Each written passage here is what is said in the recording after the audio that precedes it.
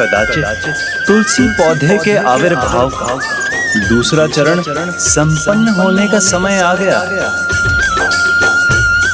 तो अब प्रभु घटनाओं का क्रम आगे बढ़ा रहे हैं। इतना कठोर तप किया और अब योग्य कन्या को ढूंढने का कार्य भी स्वयं मुझे ही करना होगा।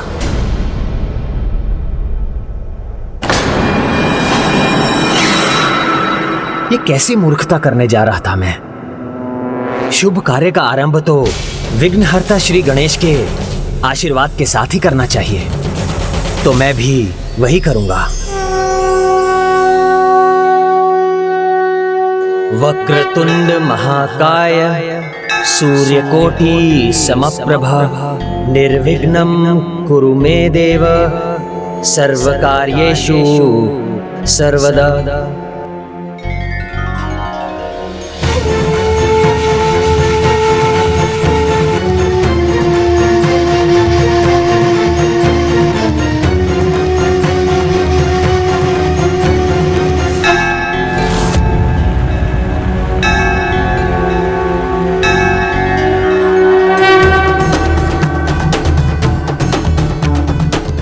विघ्नहर्ता गणेश, अब तो उसने आपकी सहायता की गुहार भी लगाई, तो अब कैसा विलंब? सहायता तो मैं अवश्य करूंगा, किंतु देवी तुलसी को पाना इतना सरल नहीं हो सकता। उसके लिए इस जन्म में शंखचूड़ को भी अपने स्नेह का परिचय उसी प्रकार देना होगा जैसा पूर्व जन्म में सुदामा जी के रूप में दिया था।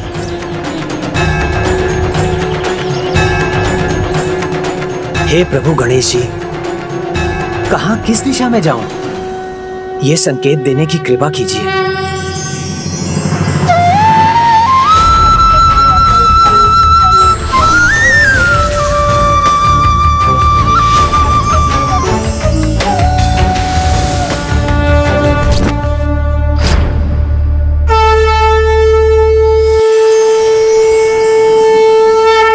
मुझे मेरा संकेत मिल गया।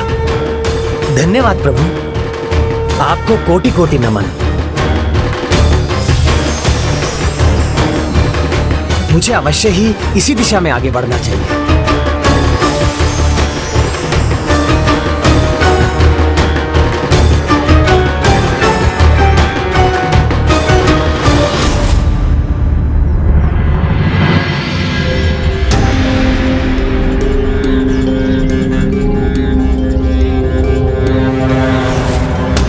इस मार्ग पर तो कटीली झाड़ियां हैं, नुकीले पत्थर हैं।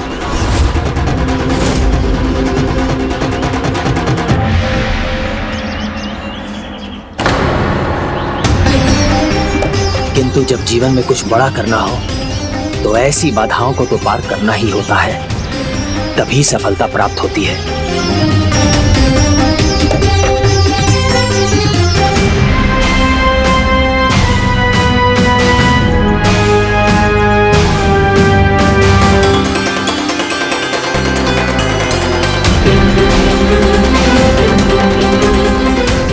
शंखचूड़ देवी तुलसी को पाने के लिए सभी कष्ट सहने को तैयार है।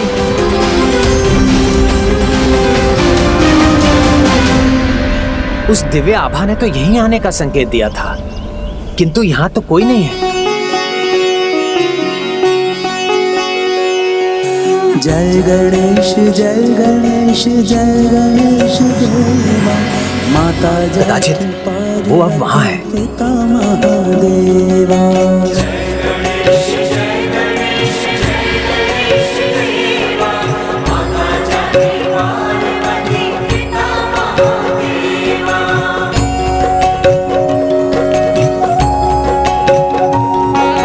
शंखचूड़ चले जिधर गणपति चलाए, नियति निर्धारित दिशा में बढ़ाए। ये मार्ग तो और भी भयंकर कठिनाइयों से भरा है। जब कठिनाई भयंकर लगे तो समझो लक्ष्य निकट है, अर्थात मैं उचित मार्ग पर हूं।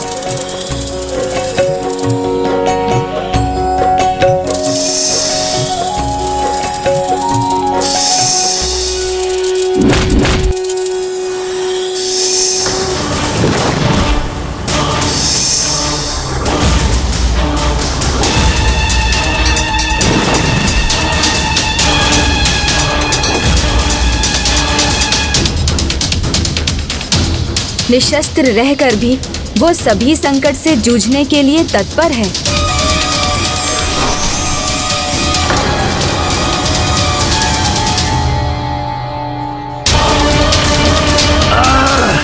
ये कैसा परिहास हो रहा है मेरे साथ? क्या कोई मुझे भ्रमित करने का प्रयास कर रहा है?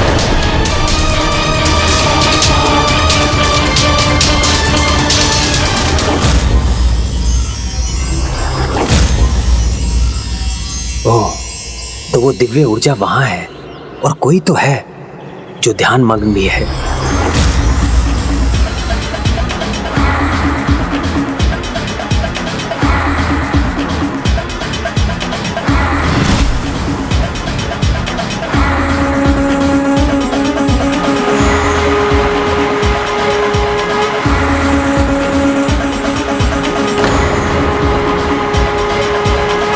इस नदी का जल तो अत्यंत शीतल है, किंतु जल की शीतलता से मैं अपने निश्चय से पलटने वाला नहीं हूं।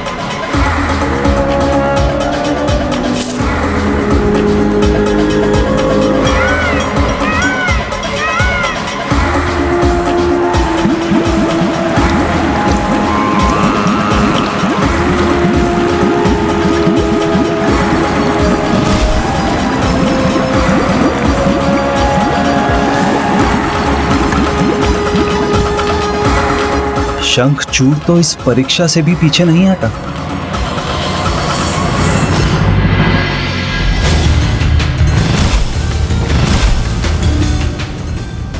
तो क्या ये भी मेरा भ्रम ही था?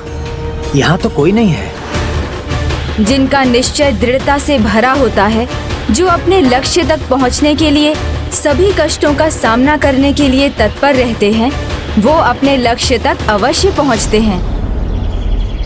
ओम नमो भगवते वासुदेवाय, कृष्णाय नमो नमः। कौन है ये तपस्विनी जो घोर तप में लीन है? वासुदेवाय, कृष्णाय नमो नमः। ओम नमो भगवते वासुदेवाय, कृष्णाय। इनसे परिचित ना होते हुए भी ऐसा आभास क्यों हो रहा है जैसे मैं इन्हें जानता हूँ, और इनके निकट बढ़ते हुए ऐसे अद्भुत आनंद का अनुभव हो रहा है मुझे, जैसे मैं दिव्य लोक गोलोक में विचरण कर रहा हूँ। ओम नमो भगवते वासुदेवाय, कृष्णाय नमो नमः। ओम नमो भगवते वासुदेवाय, कृष्णाय नमो नमः। ओम नमो भगवते वासुदेवाय, कृष्णाय नमो नमः। ओम नमो भगवते वासुदेवाय, कृष्णाय नमो नमः। ओम नमो भगवते वासुदेवाय, कृष्णाय नमो नमः। देवी, आप कौन हैं? और मुझे ऐसा क्यों प्रतीत हो रहा है जैसे आपके साथ मेरा जन्म जन्मांतर का नाता हो? ओम नमो भगवते वासुदेवाय। हे देवी तपस्विनी, आपसे अटूट संबंध का आभास ये मेरा भ्रम नहीं हो सकता। ये अवश्य ही मेरा भाग्य है जो मुझे आप तक खींच लाया है, और कदाचित हमारा विवाह ही हमारी नियति है और मेरी इच्छा भी। देवी, क्या आप मेरा विवाह प्रस्ताव स्वीकार करेंगी? मैंने शंखचूड़ को उसके लक्ष्य के निकट तो पहुंचा दिया, किंतु इस अंतिम परीक्षा में उसे स्वयं सफलता प्राप्त करनी होगी। अब सब इस पर निर्भर करेगा कि देवी तुलसी शंखचूड़ का विवाह प्रस्ताव स्वीकार करती हैं या नहीं। अपने नेत्र खोलिए देवी। मैं असुर राज दंभ का पुत्र शंखचूड़ आपके सामने विवाह का प्रस्ताव रखने के लिए प्रस्तुत हूँ। आपका तप तभी पूर्ण होगा जब कोई आपके पास विवाह का प्रस्ताव लेकर आएगा। मुझे उत्तर दीजिए देवी।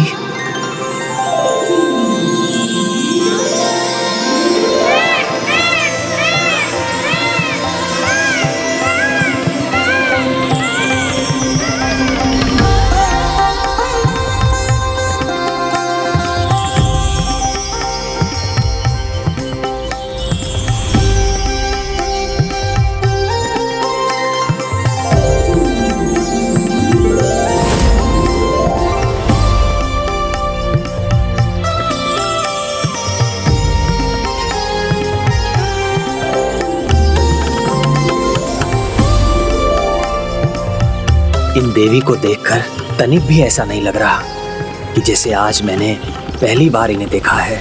कुछ तो है, कहीं पूर्व काल का।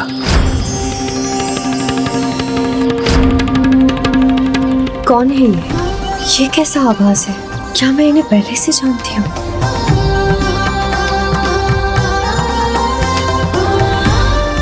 इनके शीश पर मयूर पंख की शोभा।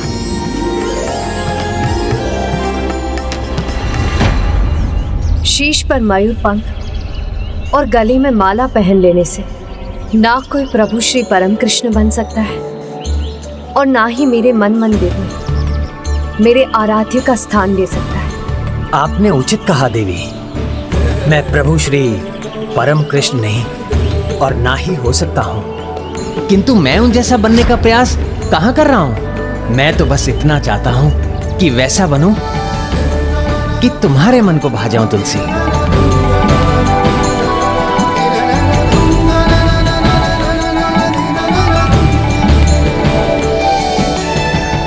किंतु इतना अवश्य समझ गया हूं कि नियति ने ऐसा रास रचाया है और हम दोनों को मिलाया है।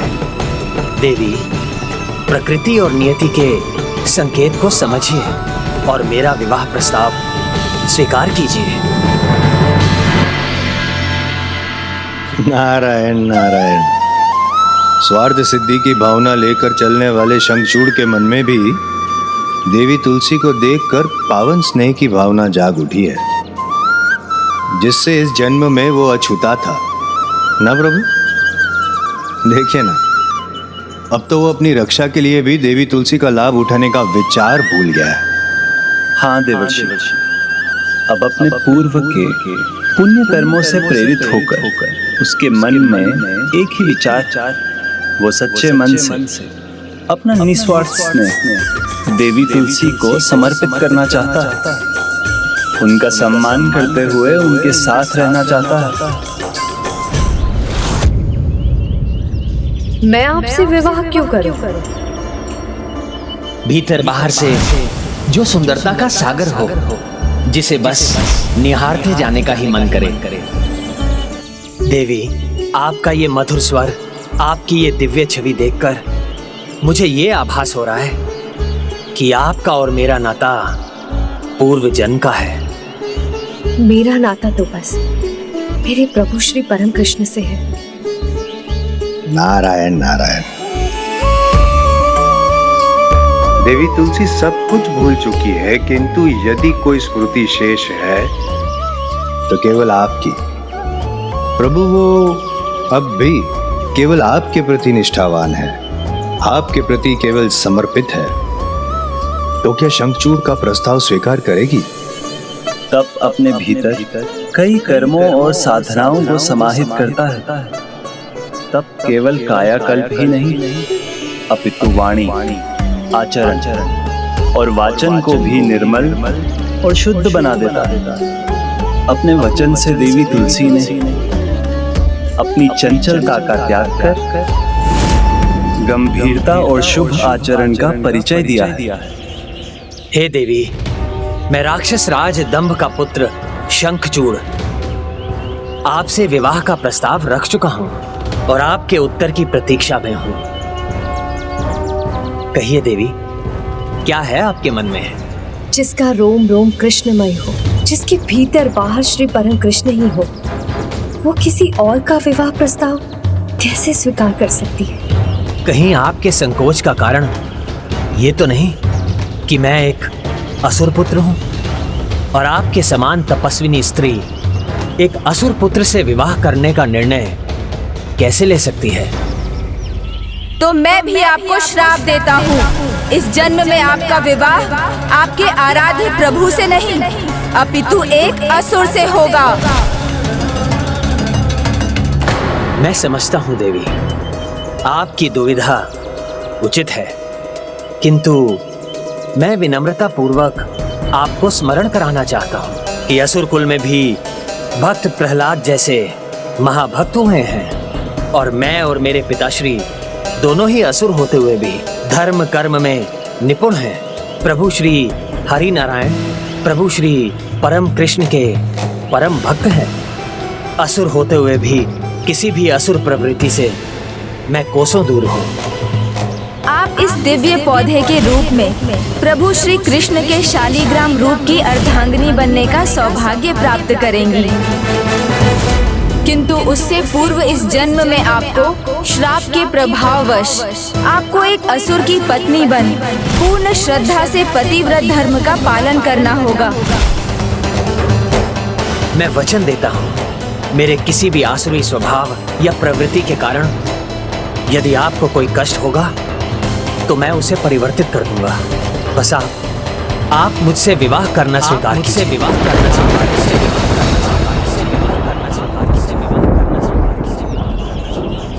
मुझे स्वीकार है, मुझे स्वीकार है, मुझे स्वीकार है, मुझे स्वीकार है।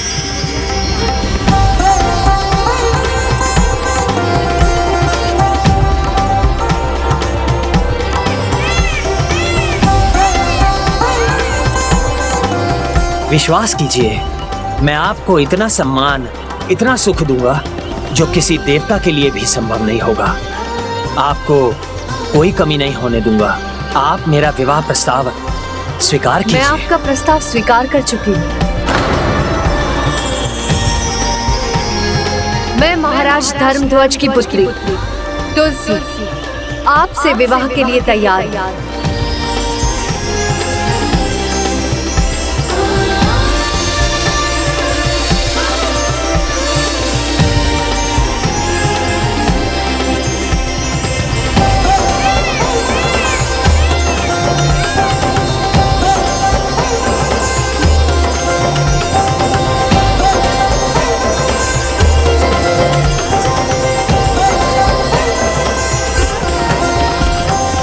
आपने हाँ कह दिया तो मुझे ऐसा अनुभव हो रहा है जैसे जन्म जन्मांतर की मेरी एक अति विशिष्ट इच्छा पूरी हो गई हो। और राधा ने तुम्हें जो श्राप दिया है सुदामा, वो तुम्हारे लिए भी वरदान ही होगा। जिसे तुम वियोग समझ रहे हो वो वियोग नहीं, तुम दोनों के मिलन का संयोग प्रकट करेगा। देवी, मैं इस शुभ कार्य में एक क्षण का भी विलंब नहीं करना चाहता। यदि आपको स्वीकार हो तो आपके तप स्थल पर, इस पवित्र गंगा के तट पर ही मैं आपसे गंधर्व विवाह करने का इच्छुक हूं। प्रभु, एक शंका है मेरे मन में। देवी तुलसी ने शंखचूड़ के विवाह के प्रस्ताव को स्वीकार तो कर लिया, किंतु क्या वो उसे पूर्ण रूप से पति रूप में स्वीकार कर पाएगी? पूछ इसलिए रहा हूं प्रभु, क्योंकि आज भी देवी तुलसी के मन में आपके लिए निष्ठा है और आपकी अर्धांगिनी बनने की प्रबल आस भी। उनका पतिव्रत ही इस जन्म में देवी तुलसी की परीक्षा है, और इसी के परिणाम स्वरूप वो प्रभु गणेश जी के वरदान के अनुसार पावन तुलसी पौधे में परिवर्तित होंगी।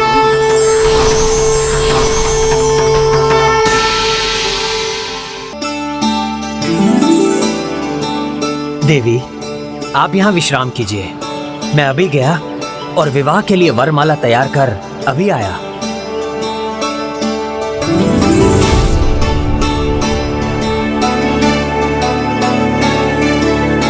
ये तो जैसे पहले प्रभु श्री परम कृष्ण की बांसुरी है।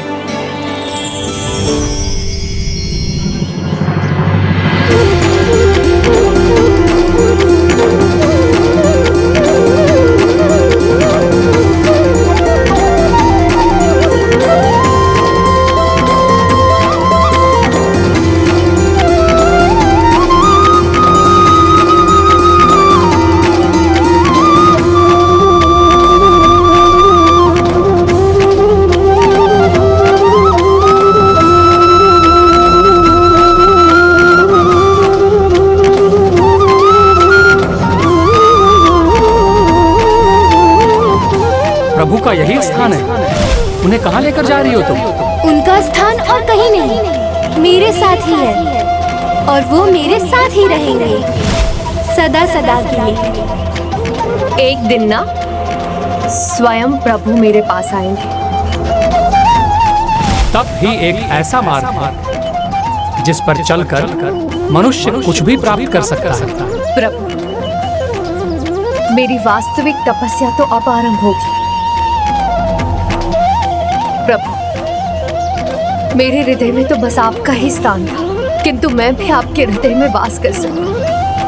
उसके लिए मुझे अपने हृदय से आपकी अर्धांगिनी बनने की इच्छा को त्याग कर शंखचूड़ को अपने पति के रूप में हृदय में बसाना होगा। तभी मैं अपने पतिव्रत धर्म का पालन कर सकती हूँ। और शंखचूड़ से विवाह के उपरांत आपका और मेरा संबंध केवल भक्त और भगवान का संबंध होगा। प्रभु,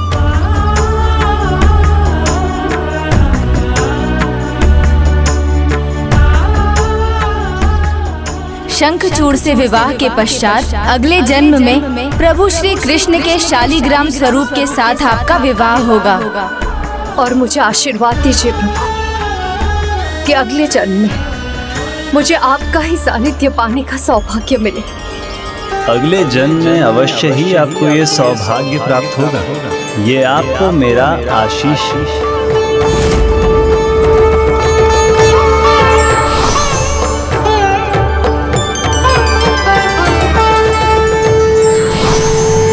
देखिए देवी, मैंने कहा था ना मैं शीघ्र लौटूंगा, तो लौट आया।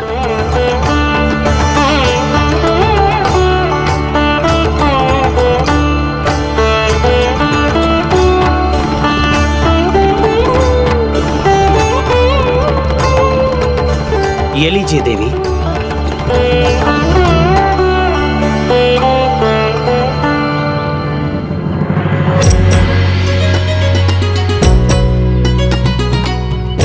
मैं मां गंगा के इस पवित्र तट को, इस पावन स्थल को, जिसमें आपके तप की शक्ति है, इन पेड़ पौधों को जिन्होंने आपकी भक्ति का अनुभव किया है, वायु को, सूर्य को, और जो भी हमें देख रहे हैं, उन सभी को साक्षी मानकर आपको अपनी धर्म पत्नी के रूप में स्वीकार करता हूं।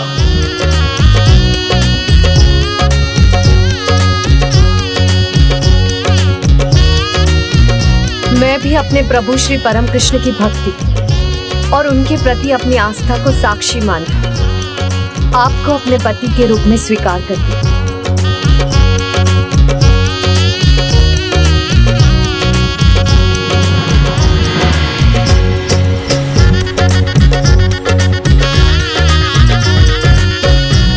देवी, आपने मुझे वरमाला पहनाकर मुझसे विवाह ही नहीं किया है, आपने तो मुझे अपने साथ का वरदान दिया है। मैं तो आपको पाकर धन्य हो गया। तुलसी, तुलसी, तुलसी। कि तुम्हारा विवाह एक पतिव्रता नारी से होगा, और जिस दिन तुम्हारा विवाह उससे होगा, मेरे दूसरे वरदान के अनुसार उसी दिन तुम्हें कृष्ण कवच प्राप्त होगा। अब वो समय आ गया है जब कृष्ण कवच प्रदान करने का वरदान फलीभूत होगा।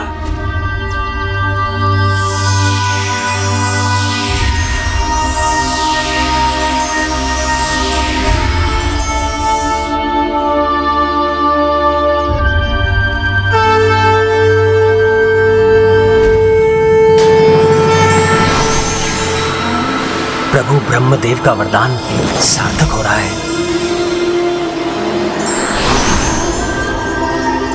आपका और मेरा संबंध केवल भक्त और भगवान का संबंध होगा प्रभु।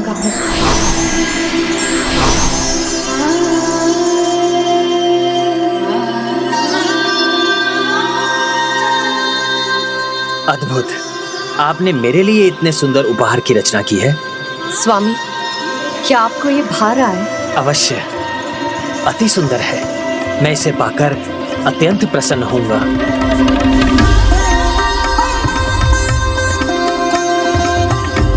ये मात्र एक उपहार नहीं है, ये तो मेरे प्रभु श्री परम कृष्ण है, जिन्हें मैं आपको दे रही हूँ। इनका आशीर्वाद सदा आपकी रक्षा करेगा। नारायण नारायण, सब कुछ कितना कुशल मंगल है। चंचलता से रहित देवी तुलसी स्थिर है, गंभीर है। और शंखचूड़ देखिए ना, असुर होते हुए भी आसुरी प्रवृत्तियों से रिक्त है। दोनों विवाह में सुखी है, अर्थात सब शुभ शुभ है। अर्थात अंत भला तो सब भला। अंत और आरंभ के अंतर्नाद से भ्रमित ना होइए देवर्षि, ये तो केवल देवी तुलसी के भाग्य का आरंभ है। और आरंभ में किसी को क्या ज्ञात हो सकता है कि आगे उसके साथ क्या हो। तो इस विवाह के परिणाम से भी दोनों अज्ञात हैं। किंतु प्रभु, सब शुभ ही होगा ना, सुखमयी होगा ना।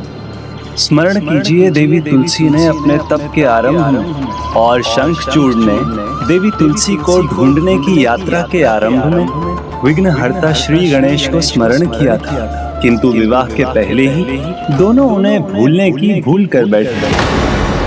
जो विघ्नहर्ता है, प्रथम पूजनीय है, उनका स्मरण पूजन नहीं किया, तो फिर ये विवाह विघ्न रहित कैसे हो सकता है?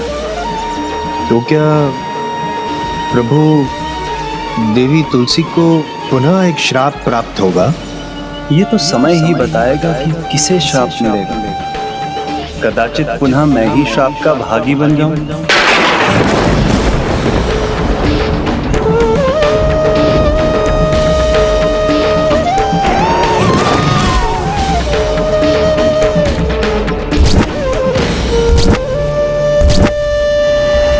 शंखचूड़ की जय, युवराज शंखचूड़ की जय, युवराज शंखचूड़ की जय, युवराज शंखचूड़ की जय, युवराज शंखचूड़ की जय।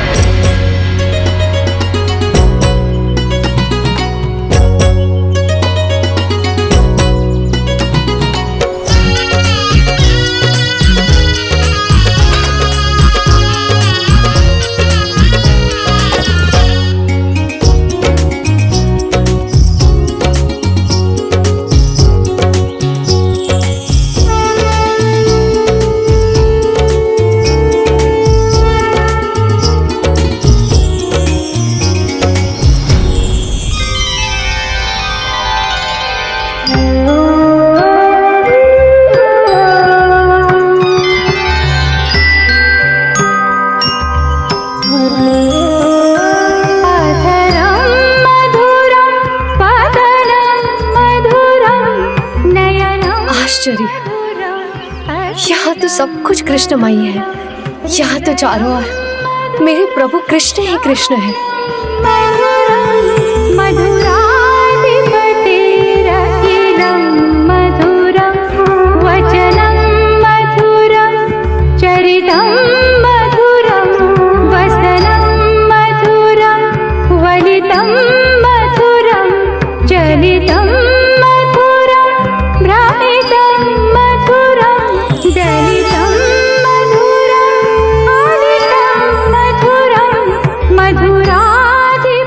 श्री हरि नारायण की प्रतिमा।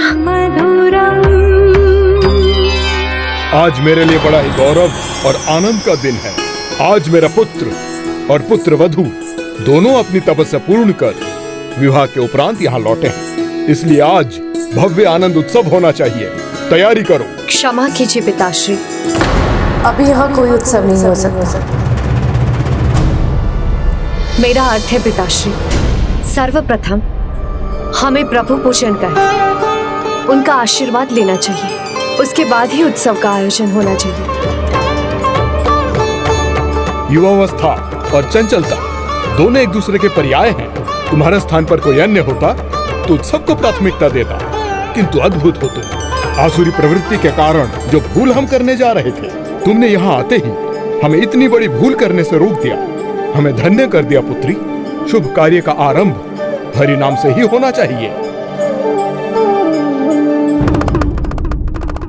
प्रणाम प्रथम पूज्य गणेश जी। प्रभु, हम कदाचित व्यर्थ में ही चिंता कर रहे थे। शंखचूड़ और उसके पिता पहले से ही प्रभु श्री हरि नारायण के परम भक्त हैं और प्रभु परम श्री कृष्ण के उपासक भी हैं, और अब तो उनके साथ देवी तुलसी भी। और उनकी भक्ति के प्रभाव से इन असुरों की असुरी प्रवृत्ति भी क्षीण पड़ जाएगी और वो धर्म के कार्य में लीन हो जाएंगे। अब तो हमारी समस्त चिंताएं दूर हो गई प्रभु। सारी चिंताएं दूर हो गई हैं, ऐसा कहना कठिन है देवराज। और ये समस्या के समाधान के स्थान पर उसका आरंभ भी तो हो सकता है, क्योंकि देवी तुलसी के भाग्य के अनुसार उनका पावन तुलसी पौधे के रूप में जन्म लेना अभी शेष है।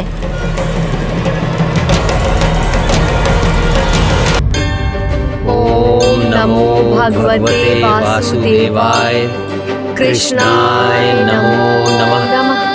ओम नमो भगवते वासुदेवाय कृष्णाय नमो नमः।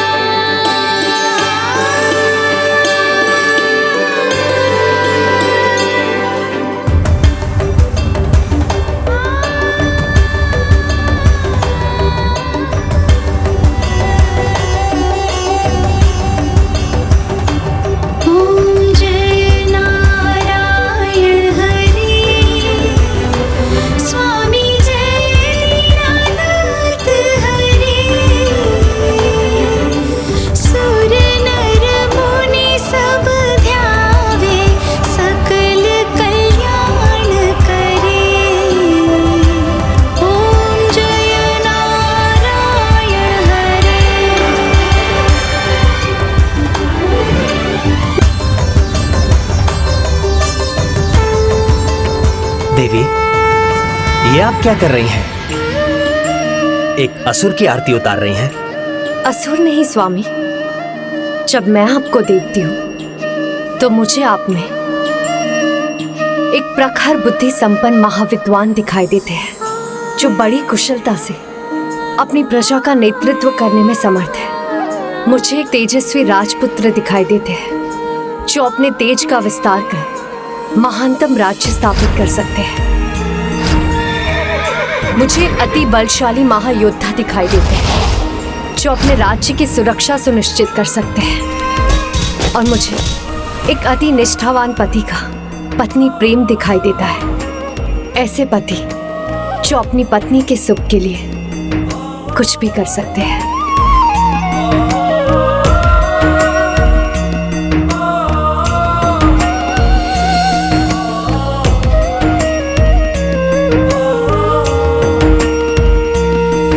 इसीलिए ऐसे पति परमेश्वर की पूजा करना अनुचित नहीं।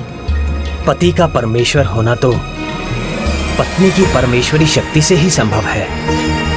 देवी, आपकी शक्ति मुझे समर्थ बनाती है, मुझे पूर्णता प्रदान करती है, मुझे वो सब करने को प्रेरित करती है जो आपने कहा। इसलिए मैं भी आपके भीतर वास करने वाली उस परमेश्वरी शक्ति के सामने नतमस्तक होकर उसे प्रणाम करता हूं।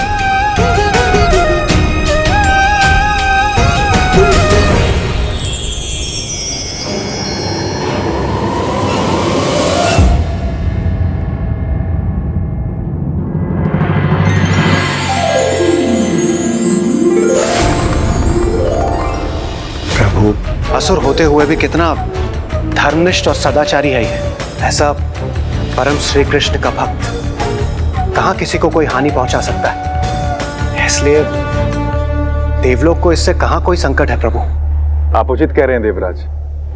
देवराज, वो पूर्व जन्म में भी कृष्ण भक्त था और इस जन्म में भी है, किंतु इस जन्म में तो आप देवताओं के प्रति उसके मन में शत्रुता का भाव ही संभव है। और शत्रु शांत भी हो तो भी उसके प्रति असावधानी का परिणाम विनाश ही होता है। ये कदापि मत भूलिए। कदाचित आप उचित कह रहे हैं प्रभु।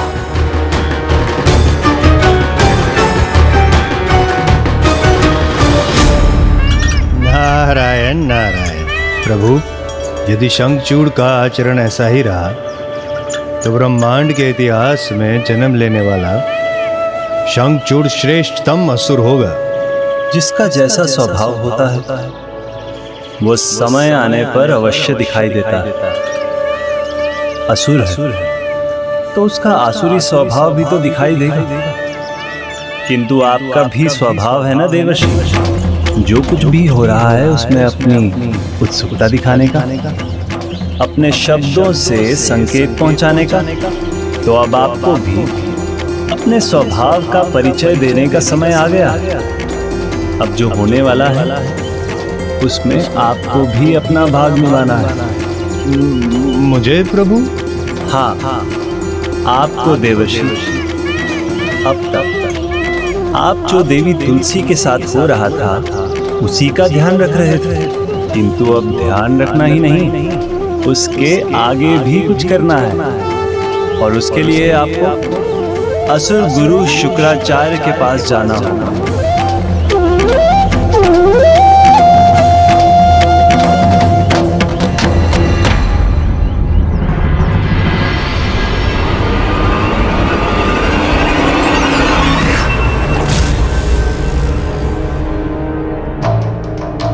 नारायण नारायण। प्रणाम असुर गुरु शुक्राचार्य। प्रणाम देवर्षि। अकारण तो आप यहाँ कदापि नहीं आए होंगे, तो बताइए आज आपके आने का कारण क्या है? नारायण नारायण। कारण अकारण ऐसे ही, बस ऐसे ही? अर्थात देवर्षि, प्रशंसा करने आया हूं आपके श्रेष्ठ शिष्य की। शिष्य की? शंखचूड़ ऐसा श्रेष्ठ, ऐसा अद्भुत आचरण करने वाला असुर अनूठा उदाहरण है असुरों में। अब देखिए, ब्रह्मदेव का वरदान प्राप्त भी किया किंतु अनुचित उपयोग नहीं किया। तथास्तु तथास्तु। उसकी भक्ति अनुपम है, धर्म के प्रति उसकी निष्ठा श्रद्धा अनोखी है। असुर साम्राज्य के विस्तार में उसे कोई रुचि नहीं है। शंखचूड़ का स्वभाव इतना शांत है कि अन्य असुरों के साथ युद्ध करने में उसे रुचि ही नहीं है। युद्ध करे भी क्यों? किसी देवता के साथ कोई शत्रुता भी तो नहीं है उसकी।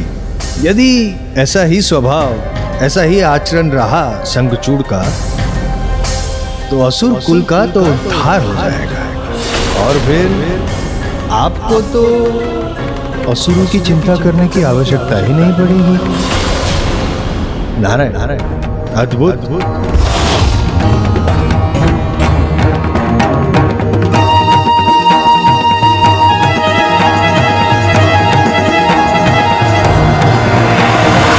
नारायण नारायण। प्रभु, आशा रखता हूं कि मैंने अपना भाग निभा लिया।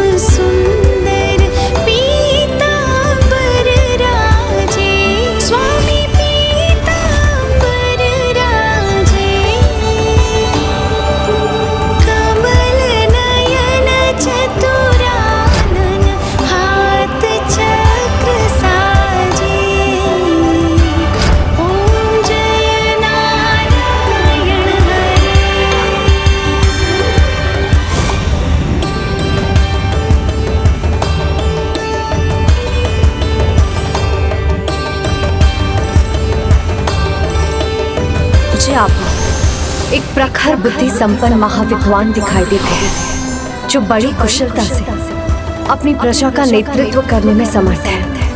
मुझे एक तेजस्वी राजपुत्र दिखाई देते हैं जो अपने तेज का विस्तार कर महानतम राज्य स्थापित कर सकते हैं। मुझे एक अति बलशाली महायोद्धा दिखाई देते हैं जो अपने राज्य की सुरक्षा सुनिश्चित कर सकते हैं। स्वामी ब्रह्मा प्रकट तुमसे,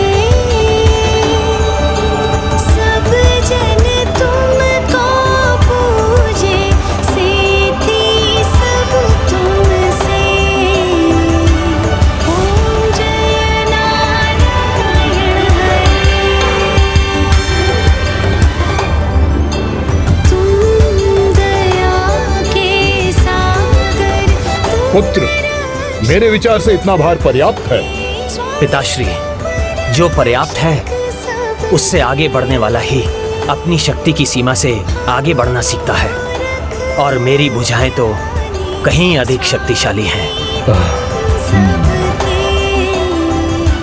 पिताश्री, इसमें एक भार चक्र और जोड़ दीजिए। ऐसी शक्तिशाली भुजाओं का क्या लाभ जब उन्हें भीख मांगने के लिए ही उठनी हो।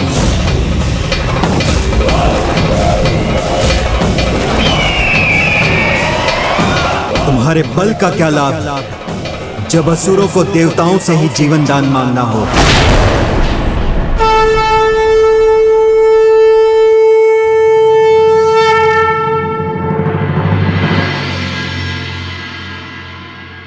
प्रणाम असुर गुरु। प्रणाम असुर गुरु। कायरों से सम्मान की आशा नहीं करता। मैं असुर गुरु शुक्राचार्य शंखचूड़ यहाँ पराक्रम दिखाने से अच्छा है मूषकों के भांति पृथ्वी के भीतर जाकर छुप जाओ। मूषकों के भांति पृथ्वी के भीतर जाकर छुप जाओ। ये अस्त्र शस्त्र जिनसे व्यायाम कर तुम अपना मनोरंजन कर रहे हो, उन्हें पिघला दो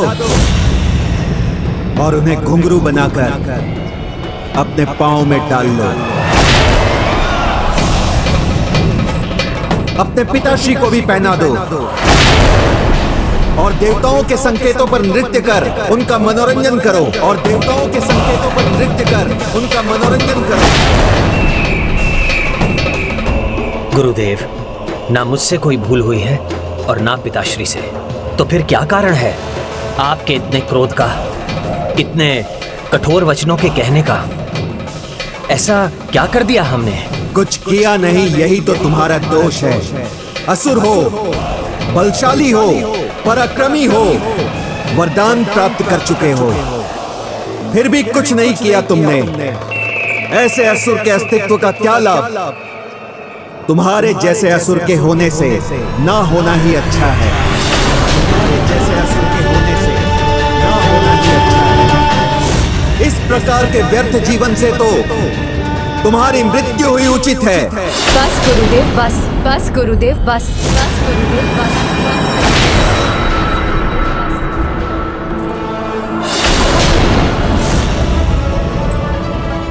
महाराज दमकी पुत्र वधु राजपुत्र शंखचूड़ की अर्धांगिनी तुलसी का प्रणाम स्वीकार कीजिए। और ये भी सुनिए, इन भुजाओं को आप भिक्षा के लिए उठाने की बात कर रहे हैं। स्वामी की इन भुजाओं में इतना बल है कि वह संसार के सभी योद्धाओं को अपने बल से झुका दे और समस्त सृष्टि की बेड़ियां बनकर उन्हें बांध ले। जिन्हें आप कायर पुकार रहे हैं वो अपने पराक्रम का परिचय दे, तो महानतम से महानतम योद्धा के अस्त्र शस्त्र भी मात्र मनोरंजन की सामग्री बनकर रह जाए। जिन पांवों में आप घुंघरू बांधकर मनोरंजन के लिए थिरकने की बात कर रहे हैं, स्वामी के ये पांव जहां पड़े वहां नृत्य का नहीं, वाद्य यंत्रों का नहीं, किंतु धरती के कंपित होने का नाद गुंजते हैं। बस देवी तुलसी, बस।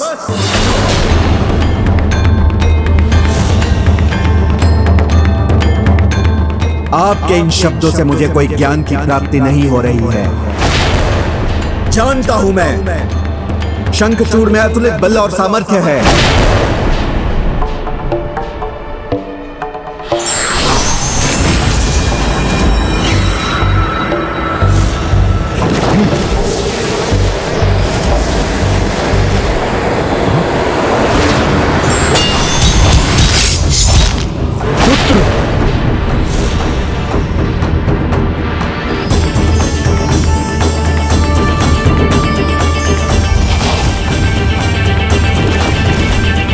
ऐसा बल, ऐसा सामर्थ्य व्यर्थ कर रहा है ये, तो क्या इसका जीवन व्यर्थ नहीं है? गुरुदेव, क्षमा कीजिएगा। एक पतिव्रता स्त्री अपनी पति के विरुद्ध एक भी अनुचित शब्द नहीं सुन सकती। और ये भी सत्य है कि मेरे पतिव्रत धर्म के समक्ष आपके कहे हुए प्रत्येक शब्द व्यर्थ और निरर्थक हो जाएंगे।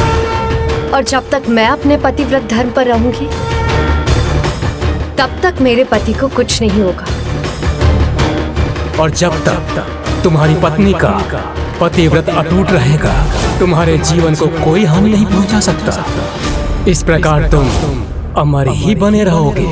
सत्य ही है, मेरा वास्तविक कवच ये दिव्य कृष्ण कवच नहीं, मेरी पत्नी है। गुरुदेव, आपका अपमान करो, इसकी तो मैं कल्पना भी नहीं कर सकती, किंतु मेरे समक्ष मेरे पति का अपमान, मेरे पतिव्रत धर्म का अपमान है, जो मेरे लिए असहनीय और आपके लिए अशोभनीय है। किंतु आप गुरु हैं, हम सब पर प्रथम आपका अधिकार है। हम सब आपके आदेश, सुझाव और आशीर्वाद के अभिलाषी हैं। उचित है, तो अब मैं गुरु के अधिकार से शंखचूड़ को सुझाव देता हूं कि उन्हें बल का प्रयोग कर असुर राज्य का विस्तार करना चाहिए। और मैं उसे आशीष देता हूं कि वो त्रिलोक विजेता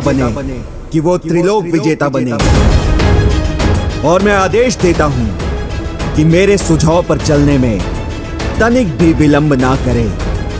यदि आपके क्रोध का यही कारण है तो आप चिंता मत कीजिए गुरुदेव। मुझे विश्वास है शंखचूड़ हमें निराश नहीं करेगा। उससे आपकी जो अपेक्षा है वही मेरी भी इच्छा है। अभी इसका विवाह संपन्न हुआ है, इसलिए इसके अभियान में थोड़ा विलंब हुआ है। अब और विलंब उचित नहीं। मैं भी उचित समय की प्रतीक्षा में ही था, और आपके आदेश ने अभी इसी पल को उचित समय बना दिया। जब स्वयं ब्रह्मदेव के वरदान की शक्ति, पिता का आशीष और मेरी पत्नी के असीम पतिव्रत की शक्ति तथा गुरुदेव का मार्गदर्शन मेरे साथ हो, तो मेरे विजय अभियान के आरंभ को कौन रोक सकता है। मुझे विश्वास है कि अब मेरे त्रिलोक विजेता बनने में कोई बाधक नहीं बन सकता।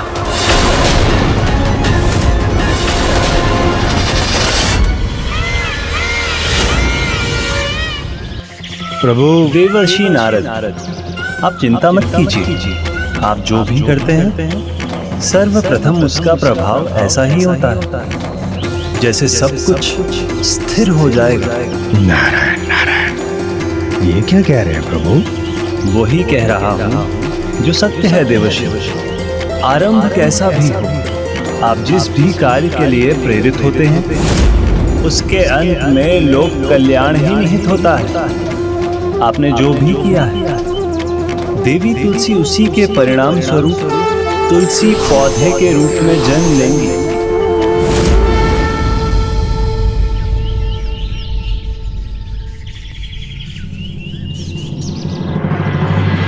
पुत्र जाओ और अपनी सेना के साथ भूलोक और पाताल लोक पर विजय प्राप्त करो। सेना की मुझे कोई आवश्यकता नहीं पिताश्री। भूलोक के मानवों और पाताल लोक के दानवों को पराजित करने के लिए मैं अकेला ही पर्याप्त हूं। मेरे अतिरिक्त यदि मुझे कुछ चाहिए तो वो आप सबका आशीर्वाद है।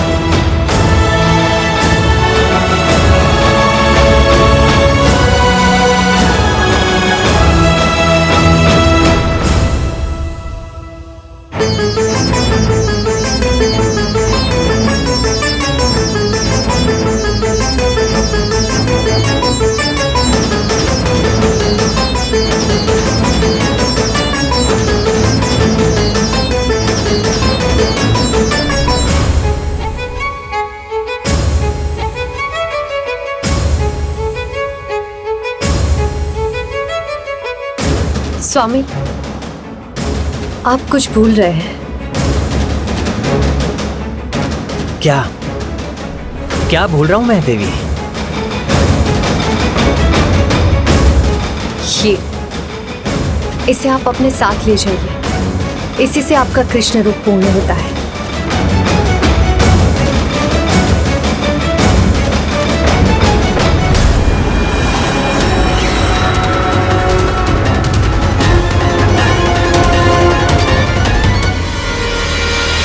प्रिय, मुझे माता पिता और गुरु का आशीष तो प्राप्त हो गया, किंतु मेरी शक्ति का स्रोत आप हैं। यदि आप मेरे साथ रहेंगी तो विजय भी मेरे साथ होगी।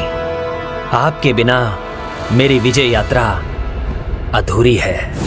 इसलिए मैं चाहता हूं कि आप भी मेरे साथ चलिए।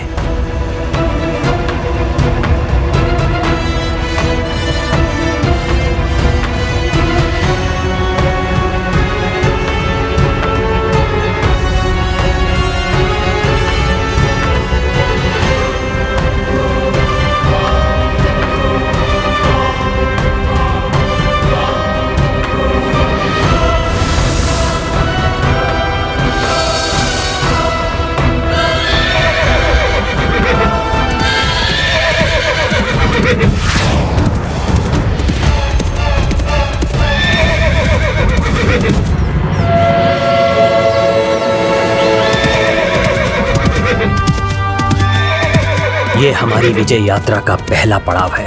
ये पहला राज्य है जहां मैं अपना वर्चस्व स्थापित करूंगा।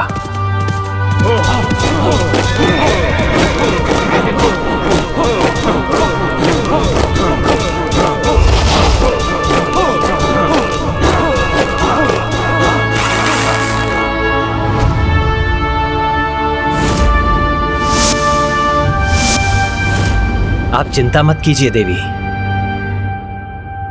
हमें कोई क्षति नहीं पहुंचेगी। चिंता तो है मुझे स्वामी, किंतु हमारी नहीं। स्वामी, मेरे विचार से आपको दिव्य अस्त्रों की कोई आवश्यकता नहीं। प्रभु श्री परम कृष्ण की कृपा से इन सब के लिए आपकी बंसी ही पर्याप्त है।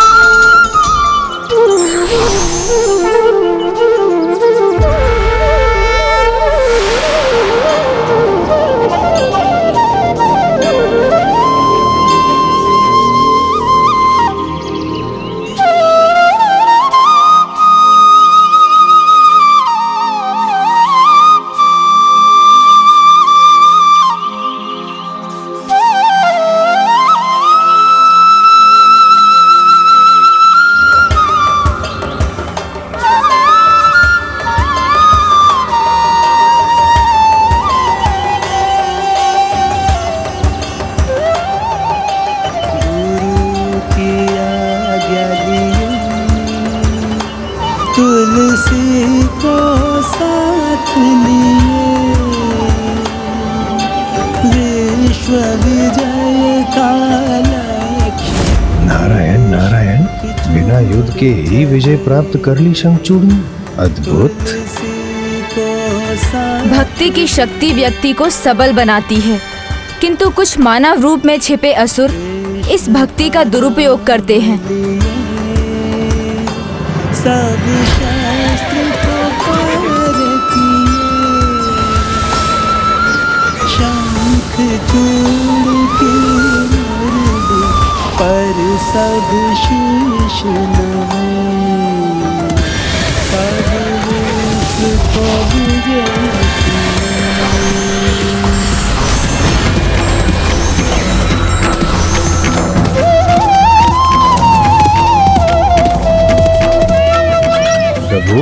असुर, दानव, दैत्य, राक्षस, इन सब में शंखचूड़ ऐसा प्रथम योद्धा होगा जिसने बिना कोई अस्त्र शस्त्र उठाए, बिना किसी क्रूरता के, बिना किसी का वध किए समस्त विश्व पे विजय प्राप्त कर ली। नारायण नारायण।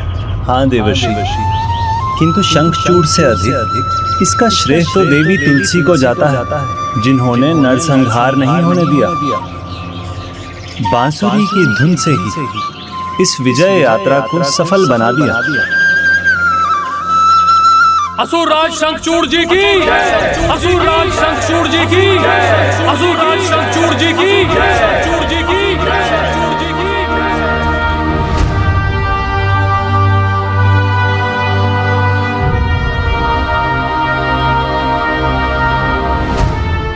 स्वागत है मेरे परम पराक्रमी पुत्र, स्वागत है पुत्री तुलसी। पुत्र शंखचूड़, तुमने भूलोक और पाताल लोक पर विजय प्राप्त की है, किंतु अभी भी विश्व सम्राट बनने में समय है। ये राज मेरे अधीन है, किंतु अब मैं इसे तुम्हें सौंपता हूं।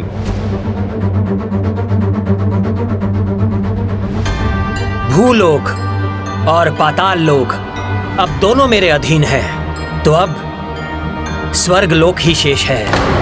अब स्वर्ग पर अपना अधिकार स्थापित करने का समय आ गया है। अपने इस विजय अभियान से न केवल असुर जाति बल्कि असुर गुरु शुक्राचार्य का भी मान बढ़ाया है तुमने। मेरा आशीष सदा तुम्हारे साथ है और सदा तुम्हारे साथ रहेगा। किंतु यह भी सत्य है कि देवताओं को पराजित किए बिना तुम्हारी विजय यात्रा अधूरी है।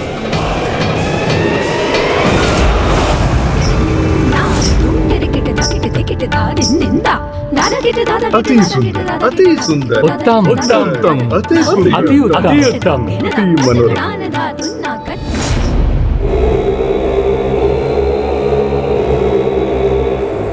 क्या बात है प्रिय? आपके मुख पर चिंता की रेखा क्यों है? स्वामी, क्या यह आवश्यक है? क्या आपको देवताओं को पराजित करना ही होगा? मेरा अर्थ है, आप जो प्राप्त कर चुके हैं हमें उसी में संतुष्ट होना चाहिए। वो अपने शत्रु को क्षति पहुंचाने का कोई ना कोई उपाय तो ढूंढ ही लेते हैं। प्रिय, जब तक स्वर्गलोक पर विजय नहीं होती, मैं त्रिलोक विजेता नहीं बनूंगा।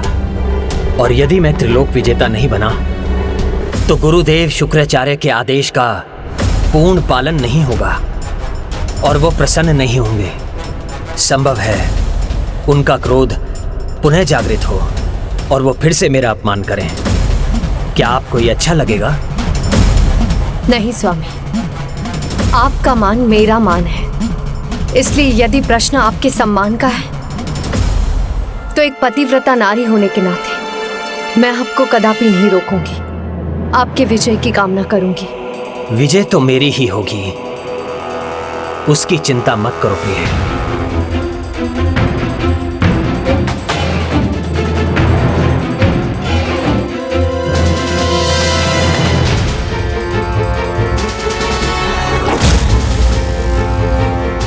प्रभु श्री परम कृष्ण आप पर कृपा करें, आप अपने इस अभियान में सफल हो, यही कामना करूंगी मैं।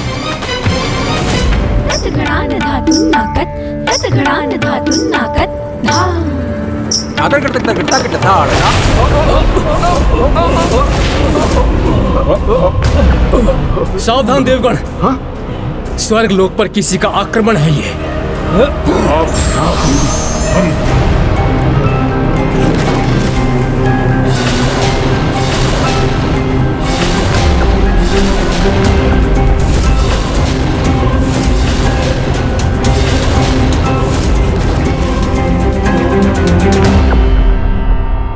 शत्रु शांत भी हो तो भी उसके प्रति असावधानी का परिणाम विनाश ही होता है, ये कदापि मत भूलिए।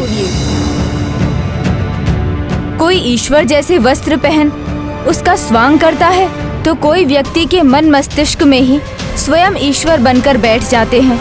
शंखचूड़ जैसा असुर ही ईश्वर के प्रति अन्यों की भक्ति का दुरुपयोग कर सकता है।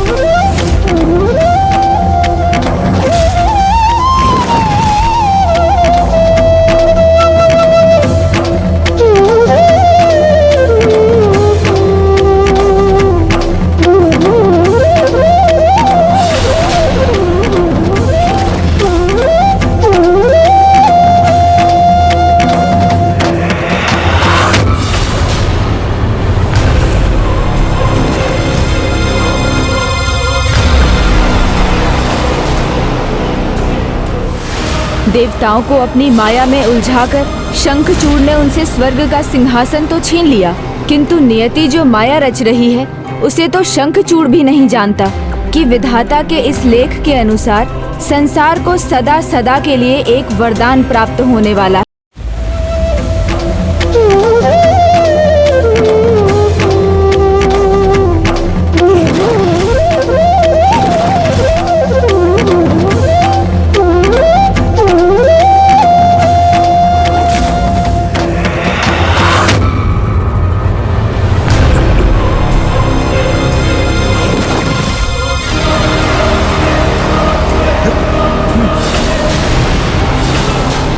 इस दुष्ट ने तो बांसुरी की ध्वनि से सबको सम्मोहित कर लिया है।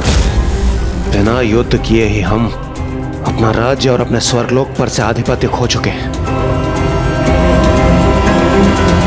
शंखचूड़!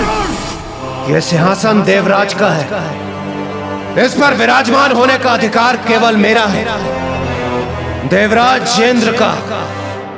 इसलिए उचित यही होगा तुम उठो और अभी और इसी क्षण यहां से निकल जाओ। क्रोध नहीं देवराज इंद्र, सम्मान के साथ बात करो। जो इस सिंहासन पर है वही उसका अधिकारी है, अर्थात अब देवराज मैं हूं। और तुमने तो स्वयं मुझे ये स्थान सौंपा है, तो तुम्हें किस बात का रोष है? खोया हुआ सम्मान और सिंहासन इतनी सरलता से प्राप्त नहीं होता इंद्र। उसके लिए प्रयत्न करना होगा। तो मैं प्रस्तुत हूं। ले सको तो ले लो पुनः अपना सिंहासन।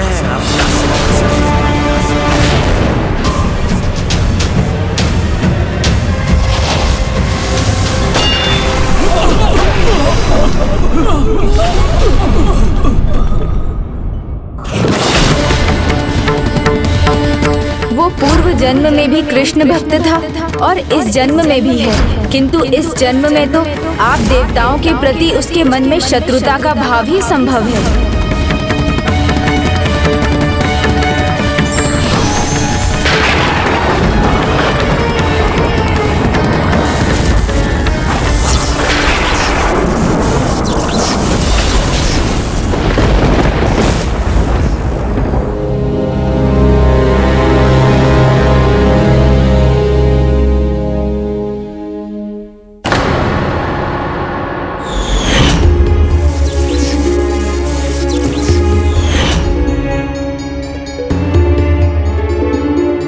पुत्री, देवताओं के कोई भी अस्त्र शंखचूड़ को आहत नहीं कर सकते। जिस प्रकार उसने दोनों लोकों पे विजय पाई है, उसी प्रकार वो देवताओं पर भी विजय पाएगा। हाँ पिताश्री, किंतु एक पत्नी होने के नाते उनके लिए चिंतित रहती हूँ। बस वो कुशल रहे, सुरक्षित रहे और विजयी हो, यही कामना है मेरी प्रभु से। देवगण!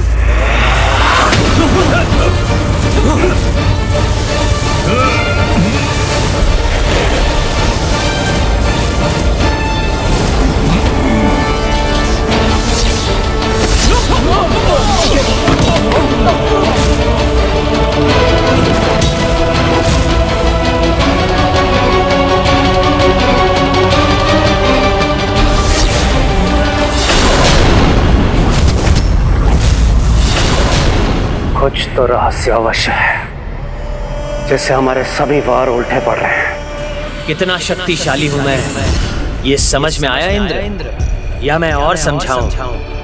ये थी तुम्हारी पराजय, जिसका प्रमाण मैं हूं, तुम्हारे सिंहासन पर विराजमान। अब मेरे सामने नतमस्तक नहीं हुए तो उल्टे पांव देवलोक से बाहर निकलने पर विवश कर दूंगा। विघ्नहर्ता प्रथम पूज्य गणेश जी के कहे शब्दों का सार अब मुझे ज्ञात हुआ। एक असुर अपनी असुरी प्रवृत्ति कदापि नहीं त्याग सकता। असुर तो मैं हूँ और मुझे गर्व है अपने असुर कुल पर।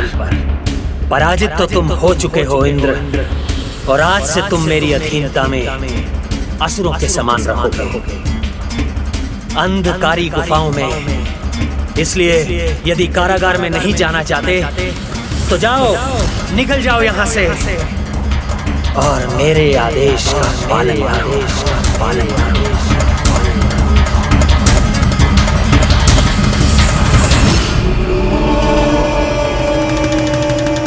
तुम कहाँ जा रहे हो? ये आदेश तो केवल इंद्र के लिए था, तुम्हारे लिए आदेश तो अभी शेष है। ध्यान से देखो अपने नए देवराज स्वर्गाधिपति को।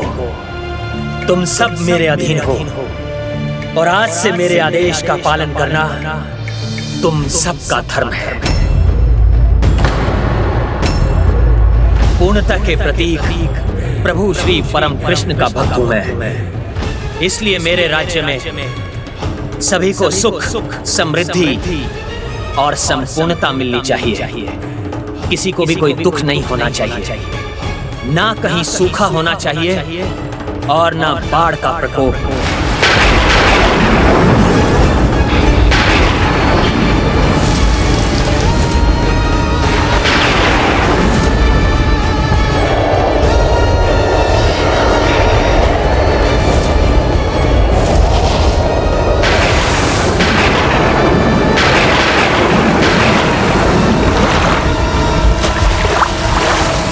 कुबेर, जिनके गृह में अन्न नहीं, उनके भंडार अन्न से भर जाने चाहिए।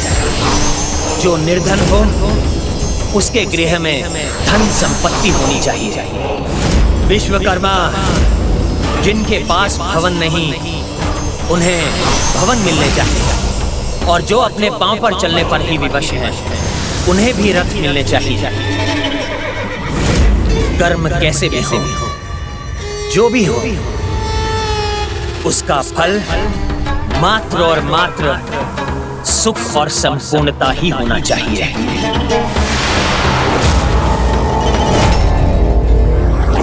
देवराज कहाँ हैं आप? देवराज, देवराज, देवराज, देवराज कहाँ हैं आप सभी यहाँ कैसे? देवराज, ये कैसी दुर्दशा हो रही है हमारी?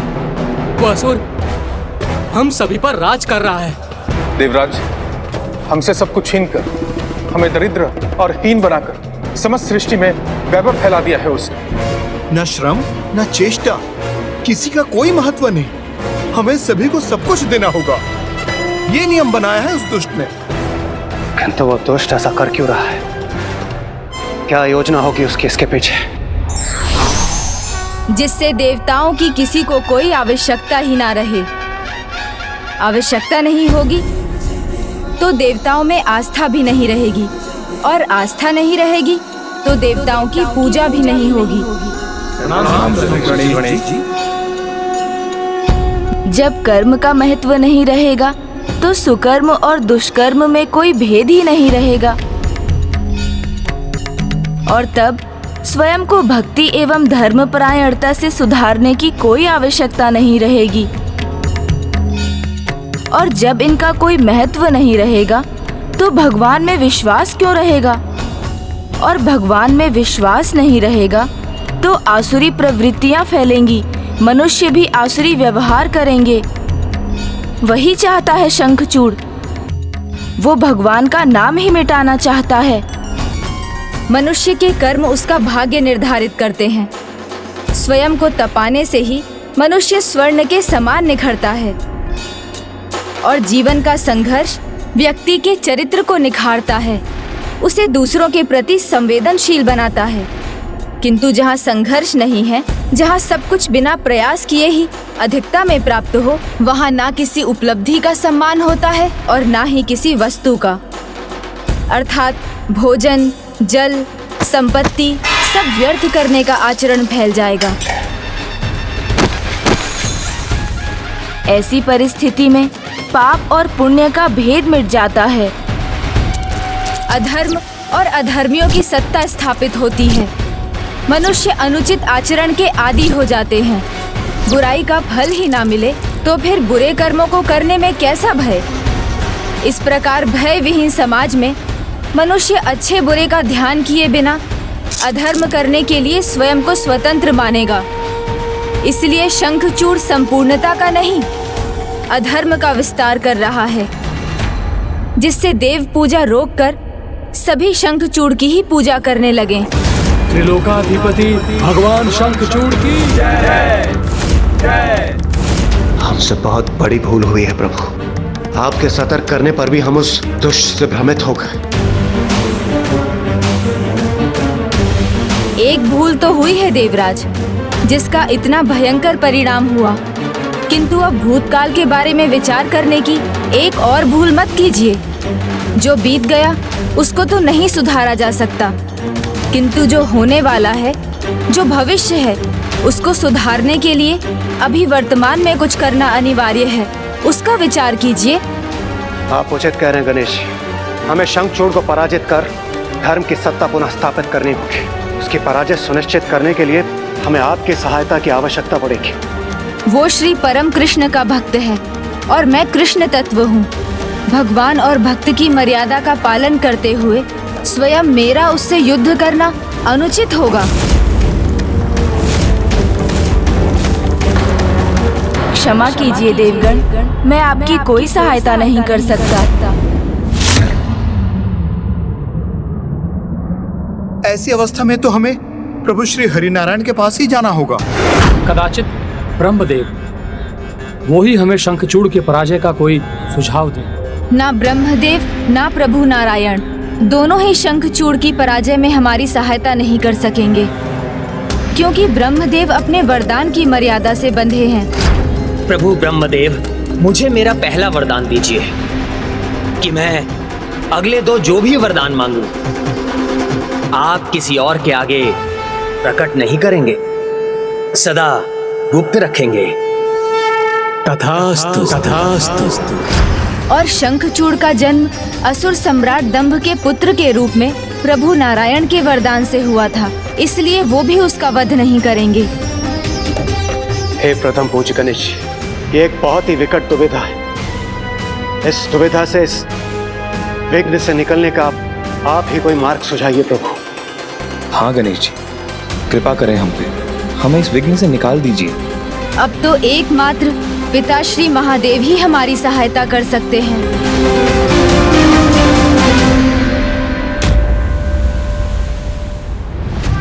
विराजिए पिताश्री। स्वागत है पिताश्री। देखिए, आपके पुत्र ने आपकी सभी इच्छाएं पूर्ण कर दी। त्रिलोक विजेता बन गया हूं मैं, और अब स्वर्ग लोक पर भी हमारा अधिकार है। स्वर्ग लोक के सिंहासन पर विराजमान आप मुझे आशीर्वाद दीजिए पिताश्री।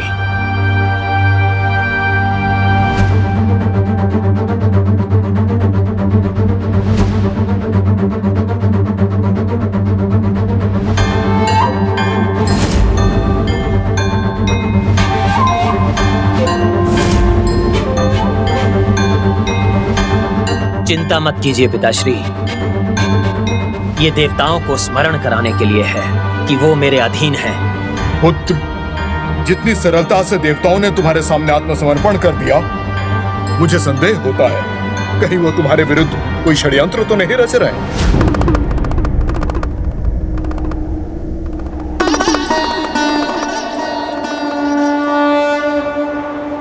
देवगण, मैं आपकी इस समस्या में कोई सहायता नहीं कर सकता।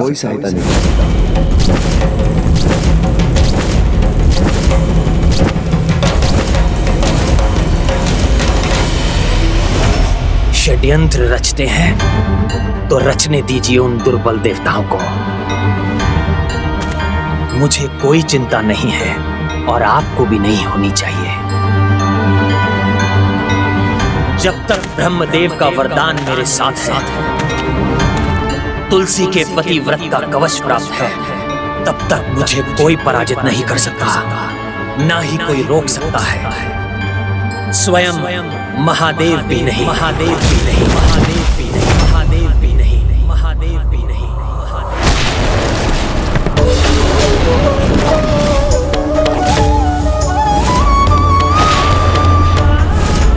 अशुभ संकेत था। ये क्या देखा मैंने? नहीं नहीं, ये अवश्य मेरा भ्रम ही था।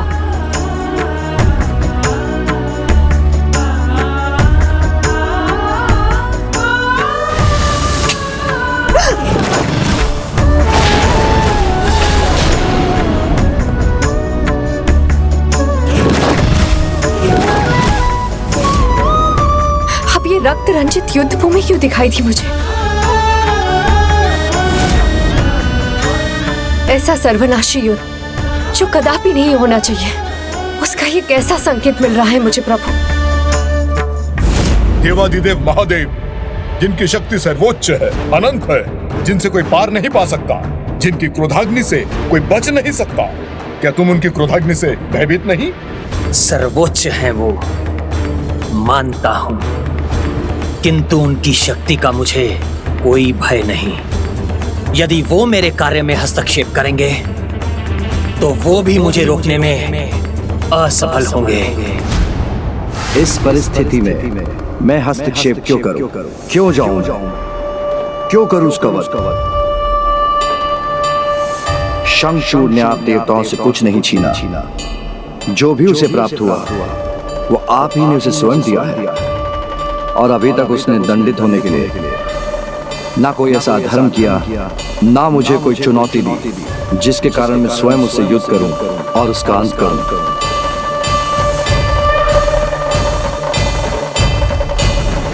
पिताश्री, क्या संसार के चक्र के विपरीत जाना महादेव महाकाल को चुनौती नहीं?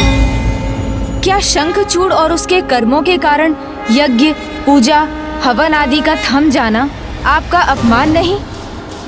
धर्म और कर्म का त्याग करवाकर क्या मनुष्यों की हिंसक प्रवृत्तियों को बढ़ाना, उन्हें व्यसनी बना देना, उनमें मदिरा, कामुकता आदि को बढ़ाना, क्या ये उसका अपराध नहीं? और ऐसा महाअपराध करने वाला शंखचूड़ क्या कठोर दंड का आपके द्वारा उसके अंत का भागी नहीं? पुत्र, धर्म कर्म करने या उनका त्याग करने के लिए प्रत्येक मनुष्य स्वयं उत्तरदायी है। अपने विवेक का प्रयोग कर, उचित अनुचित में भेद कर, प्रत्येक अवस्था में सुकर्म करने का चुनाव भी मनुष्य को स्वयं ही करना पड़ता है। इसलिए जो मनुष्य अधर्म कर रहे हैं वो स्वेच्छा से कर रहे हैं। शंखचूड़ ने तो उन्हें ऐसा करने पर बाध्य नहीं किया। जो भी उसने किया है वो अपनी प्रजा को सुखी रखने के लिए किया है। वो तो एक राजा का धर्म है, और राजधर्म का पालन करने वाले राजा शंखचूड़ को दोषी मानकर मैं उसे दंड नहीं दे सकता।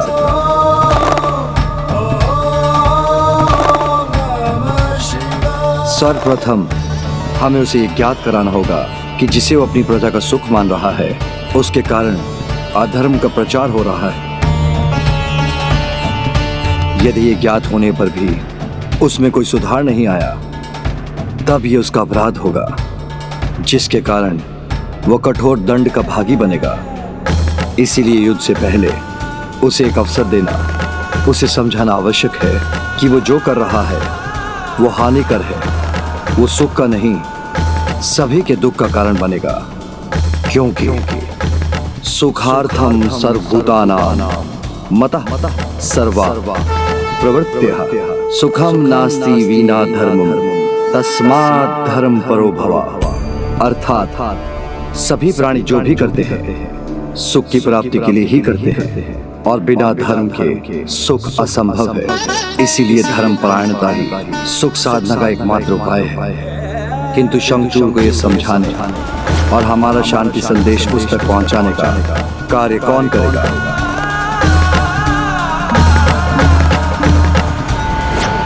ये तो सर्वथा उचित कहा है पिताश्री ने, एवं ये शांति संदेश तो मेरे लिए भी एक सुनहरा अवसर होगा स्वयं शंखचूड़ के मुख से उसके वरदान के रहस्य को जानने का। किंतु स्वामी, वो असुर तो देवताओं का विरोधी है, इसीलिए किसी भी देवता के मुख से कुछ भी कहा जाएगा वो कदापि नहीं सुनेगा। तो फिर कौन जा सकता है वहाँ? गंधर्व राज चित्रार्थ पुष्पदंत महान कृष्ण भक्त हैं, और वो देवता भी नहीं, इसलिए शंखचूड़ उन्हें कोई क्षति नहीं पहुंचाएगा। उनकी बात वो अवश्य सुनेगा।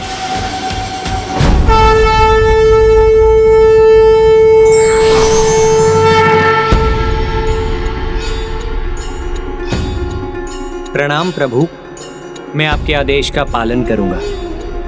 कल्याण हो। हे बुद्धिनाथ प्रथम पूज्य गणेश जी, आप मेरा मार्गदर्शन करने की कृपा कीजिए। आप मुझे बताएं कि मैं किस प्रकार उस असुर को उसकी भूल का आभास करवाऊं। शंखचूड़ के साथ वार्तालाप में जब भी आपको किसी उलझन का सामना करना पड़े तो आप मेरा स्मरण कर लीजिएगा। मैं आपकी दुविधा मिटाने में आपकी सहायता करूंगा। अकारण तो नहीं आए होंगे आप, तो कहिए कौन हैं आप और क्या कहना है आपको?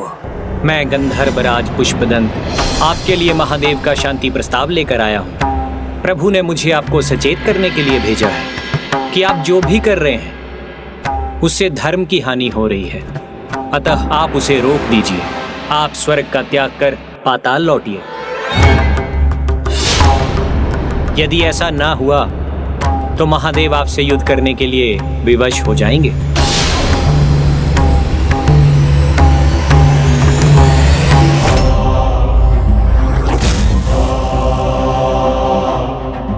हानि हो रही है संसार की?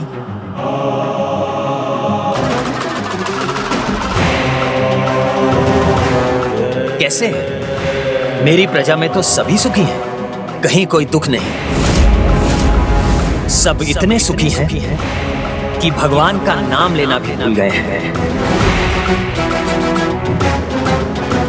भगवान का तो सब दुख में ही स्मरण करते हैं ना। तो बताइए मुझे गंधर्वराज, जब मेरे राजकाज के कार्य में कोई त्रुटि नहीं तो मैं स्वर्ग की सत्ता क्यों ना संभालूं? क्यों जाऊं मैं पाताल? क्षमा करें, किंतु आप स्थिति को मात्र अपने दृष्टिकोण से देख रहे हैं और मेरा दृष्टिकोण सर्वथा उचित है। मैं देवताओं के समान नहीं हूं जो सबको दुखी रखते हैं, ताकि सभी अपने दुखों को मिटाने के लिए उनकी पूजा करें, उनके सामने गिड़गिड़ाएं। संकट को, दुखों को उनके मूल से ही मिटा चुका हूं मैं। इसी कारण कोई भी देवताओं को स्मरण नहीं करता। तो इसमें मेरा क्या दोष है? मैंने तो किसी को कष्ट नहीं पहुंचाया, मैंने तो बस अपना धर्म निभाया है, अपना राज धर्म।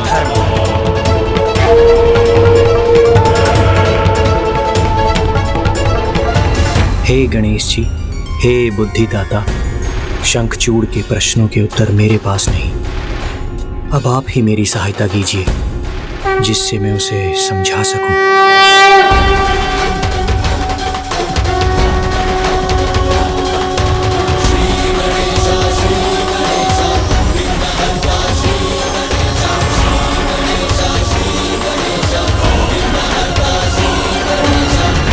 अति सर्वत्र वर्जिए। समय अनुसार सामान्य वर्षा तो आवश्यक है, किंतु अतिवृष्टि सब कुछ बहा ले जाती है और तब महामारी और रोग का प्रकोप बढ़ जाता है। सूर्य का ताप आवश्यक है, किंतु जब उस ताप की अति हो जाए तो वो सबको जलाकर नष्ट कर देता है और तब सभी प्राणी अन्न के एक एक दाने और जल की एक एक बूंद के लिए व्याकुल हो उठते हैं। इसीलिए अति से बचना चाहिए, उसका परिणाम सदैव हानिकारक होता है। आपके द्वारा अपनी प्रजा के लिए की जाने वाली भलाई की अति भी बुराई को जन्म दे रही है, उससे अधर्म और असंतुलन का विस्तार हो रहा है। आपसे भूल हो रही है नारायण भक्त शंखचूड़, बहुत बड़ी भूल। ईश्वर के प्रति आस्था और धर्म का पालन कुछ पाने की इच्छा से नहीं किया जाता। जिस प्रकार हम अपने बड़ों का आदर कुछ पाने की इच्छा से नहीं, अपितु उनके प्रति अपना आदर और सम्मान प्रकट करने के लिए करते हैं। यही धर्म है, यही सुकर्म है। किंतु आप मनुष्यों को यही विस्मृत कराना चाहते हैं। इसलिए आप अपनी भूल स्वीकार कीजिए शंखचूड़, और स्वर्ग का त्याग कर यहाँ से चले जाइए।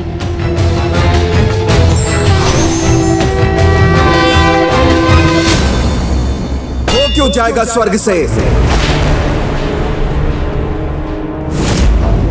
शंखचूड़ ने अपनी योग्यता से स्वर्ग का सिंहासन प्राप्त किया है, वो उसे कदापि नहीं त्यागेगा।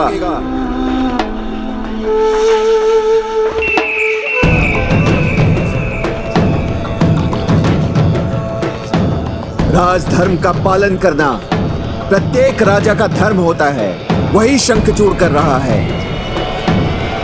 तो इसमें देवताओं को अधर्म दिखाई देने लगा? नहीं, अधर्म नहीं है ये, देवताओं का भय है, भय। क्योंकि अब शंखचूड़ ही नवीन देवता है, अब यहां उसका पूर्ण अधिकार है। इसलिए यहां जैसी इसकी इच्छा होगी वो वैसे ही अपना राजधर्म निभाने के लिए मुक्त है। उचित कहा गुरुदेव ने। मुझे देवताओं के अनुसार राजकाज करने की कोई आवश्यकता नहीं है। मैं अपनी इच्छा का स्वामी हूं, जो चाहूंगा वही करूंगा। मैं त्रिलोक का स्वामी हूं और मुझसे मेरा यह अधिकार कोई नहीं छीन सकता। स्वयं महादेव, स्वयं महादेव, स्वयं महादेव, स्वयं महादेव।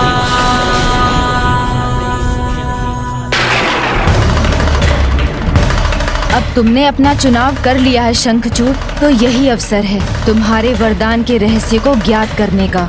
स्वयं को देवता मानना बहुत बड़ी भूल है आपकी, क्योंकि इस भ्रम में आप महादेव के साथ युद्ध करने के लिए तत्पर हुए हैं। और महादेव के साथ युद्ध का एक ही अर्थ है, मृत्यु। मृत्यु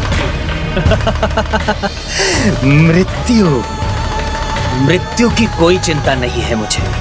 आप फिर भूल कर रहे हैं। मुझे ज्ञात है कि आपको ऐसे वरदान प्राप्त हैं जिनके कारण आप स्वयं को सुरक्षित समझ रहे हैं, किंतु प्रभु महादेव के सामने ना आपके वरदान टिक सकेंगे और ना ही आप। मुझे क्या वरदान प्राप्त है ये तुम्हें ज्ञात नहीं। हाँ, ये तो उचित है, हमें तुम्हारे वरदानों का ज्ञान नहीं, किंतु अब ये रहस्य स्वयं तुम उजागर करोगे शंखचूड़। आपने सत्य कहा, मुझे नहीं ज्ञात कि आपको कैसा वरदान प्राप्त है, किंतु इतिहास का ज्ञान है मुझे। और कदाचित आप ये भूल रहे हैं शंखचूड़, क्योंकि आपसे पहले भी बहुत शक्तिशाली असुर हुए हैं। जलंधर, अंधक, अंधक और त्रिपुरासुर, उनको भी यही विश्वास था कि उनके वरदान ने उनको अजेय बना दिया है, किंतु उनका विश्वास असत्य प्रमाणित हुआ और भयंकर अंत हुआ उनका। जब उसके पाप की गागर भरी, तब नारायण का वरदान भी जलंधर को महारौद्र महाकाल भगवान शिव से बचा ना सका, और ना ही अंधक और त्रिपुरासुर को ब्रह्मदेव के वरदान ही सुरक्षित रख सके। प्रभु महादेव ने इतने शक्तिशाली वरदानों को निरर्थक बनाकर उन असुरों के वध का भी उपाय ढूंढ लिया। तो तुम उनके सामने कहां सुरक्षित हो? तुम्हारा तो वरदान भी इतना शक्तिशाली नहीं। शक्ति है मेरे पास, मेरे वरदान की एक नहीं, ऐसे 2 वरदान है मेरे पास, जिनके कारण महादेव तो क्या, तीनों त्रिदेव भी आ जाए तो मेरा अनिष्ट नहीं कर सकते। तीनों त्रिदेव भी आ जाए तो मेरा अनिष्ट नहीं कर सकते। ओह, कदाचित यह शंखचूड़ को उकसाकर उसके वरदान का रहस्य ज्ञात करना चाहता है। तुम्हारे वरदान की शक्ति तो तुम्हें ही ज्ञात है, किंतु जिस प्रकार तुम बोल रहे हो उससे तो ऐसा ही प्रतीत होता है कि तुम्हें अमरत्व का वरदान प्राप्त है। हाँ, हाँ, अमरत्व ही प्राप्त है मुझे। ऐसा वरदानी कवच है जिसके कारण मैं देवताओं के सामने अजय हूँ, और ऐसा शक्ति कवच है मेरे पास जिसने मुझे त्रिदेवों से भी सुरक्षित कर दिया है। बस इतना ही पर्याप्त है।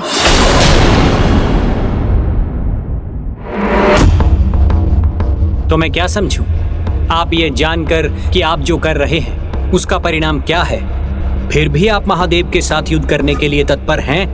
तत्पर भी हूँ और प्रस्तुत भी। कोई भी आए युद्ध तो मैं करूंगा ही, फिर वो चाहे महादेव ही क्यों ना, महादेव ही क्यों ना, महादेव ही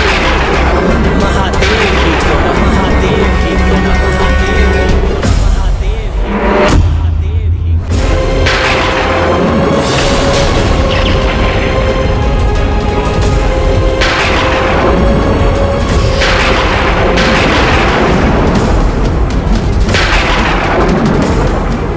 ये क्या था?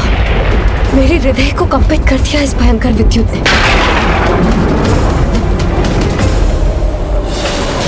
मेरी पूजा का अखंड दीपक, उसे कुछ नहीं होना चाहिए।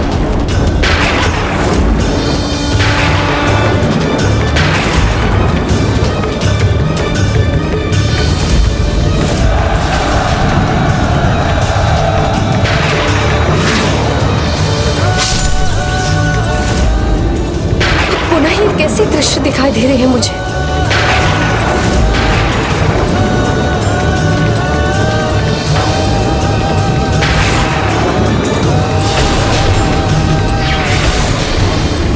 स्वामी महादेव के सामने।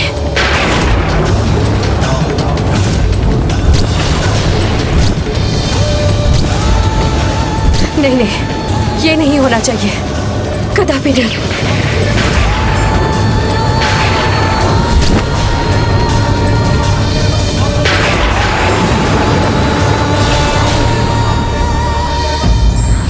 कर्मठता व्यक्ति को संवेदनशील बनाकर उसके चरित्र को निखारती है और अकर्मण्यता व्यक्ति को अराजक बनाकर उसके पतन की ओर ले जाती है।